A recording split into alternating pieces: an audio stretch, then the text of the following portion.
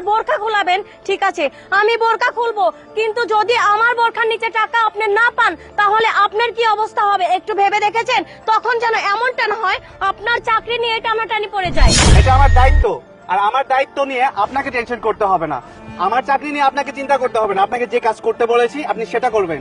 বোরকা খুলতে বলেছি, বোরকা খুলুন তাড়াতাড়ি। দাঁড়ান দাঁড়ান, আচ্ছা আপনাদের ডিপার্টমেন্টে কি মহিলা কনস্টেবল নেই যে আপনি আমাকে রাস্তার মাঝখানে বোরকা খুলতে বলছেন? এই মহিলা কনস্টেবল ডাকলে তো একদম হাড় করে ভেঙে ফেলতো। মহিলা কনস্টেবল ডাকার কোনো দরকার নেই। আর আমি পুলিশ অফিসার, আমি মেয়েদের গায়ে হাত তুলি না আর মেয়েদের গায়ে টাচও করি না। তাই ভালোই ভালোই বলছি, বোরকা খুলতে বোরকাটা খুলুন বলছি। শুনুন, আমি বোরকা খুলতে পারবো না।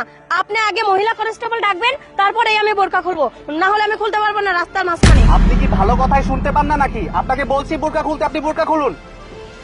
ঠিক আছে খুলছি, যদি টাকা না পান তারপরে দেখা যাবে। ঠিক আছে, পরে সেটা পরে দেখা যাবে।